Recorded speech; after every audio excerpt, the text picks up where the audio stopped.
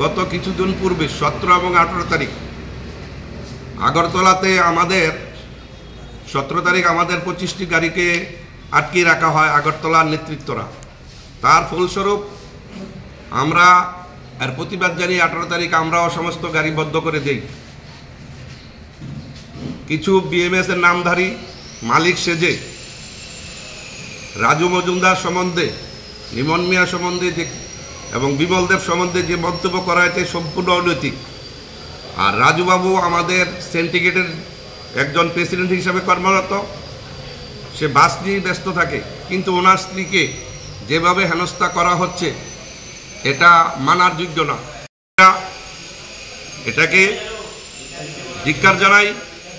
পাশাপাশি যদি আপনারা সংশোধন না হন, এটার জন্য আপনারা দায়ী থাকবেন।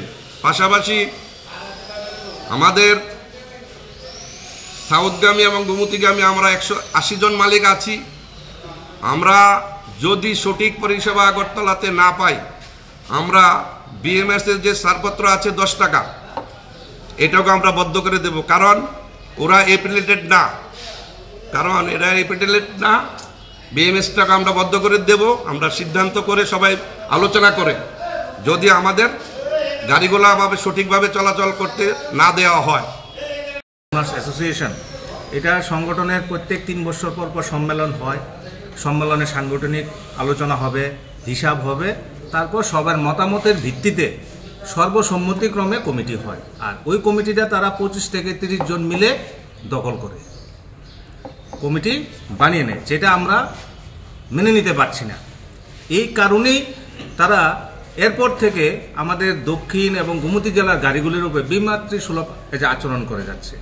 যখনই আমরা যাই, আমাদের টাইম শুরু হয় উদয়পুরের আমরা যে গাড়িগুলো নিয়ে যাই, আমাদের টাইম শুরু হয় 9টা 5।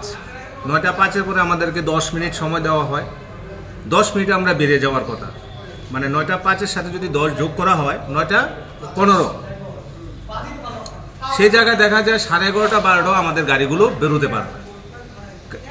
হ্যাঁ, তো এই যে আমাদের ব্যবসার ক্ষতি, আমাদের শ্রমিকরা এসে বলে গাড়িতে তেল নেওয়ার টাকা নেই, তো এতে আমরা মালিকরা কি করে আমরা গাড়ি চালাবো? কি কারণে এই ঘটনাটা, কি কারণ হচ্ছে? এই ঘটনাটা ওই কমিটিটা নিয়ে। আমরা যেহেতু মান্যতা দেইনি, আমরা ছাড়পত্র বন্ধ করে দিয়েছি। হ্যাঁ, তো ওদের এখানে ছাড়পত্র ওরা পাচ্ছে না। আমরা সাউথ গোমতী থেকে যে গাড়িগুলো যাচ্ছে ওখানে তারা টাকা নিতে পারছে না।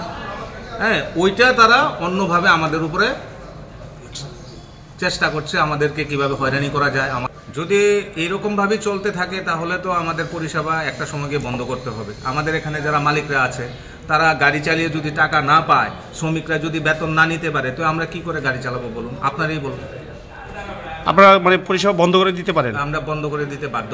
যারাই বলছে সাংবাদিক সম্মেলন করে, নরেন রায়, রতন দেবনাথ, তাদের নেতৃত্বে ব্যক্তিগতভাবে এই আক্রমণগুলা করা হচ্ছে এবং আমাদের গাড়ির উপরে ওরা দাঁড়িয়ে থেকে আমাদের গাড়ির চালক সহচালকের উপরে প্রতিনিয়ত হয়রানি করে যাচ্ছে আগরতলা।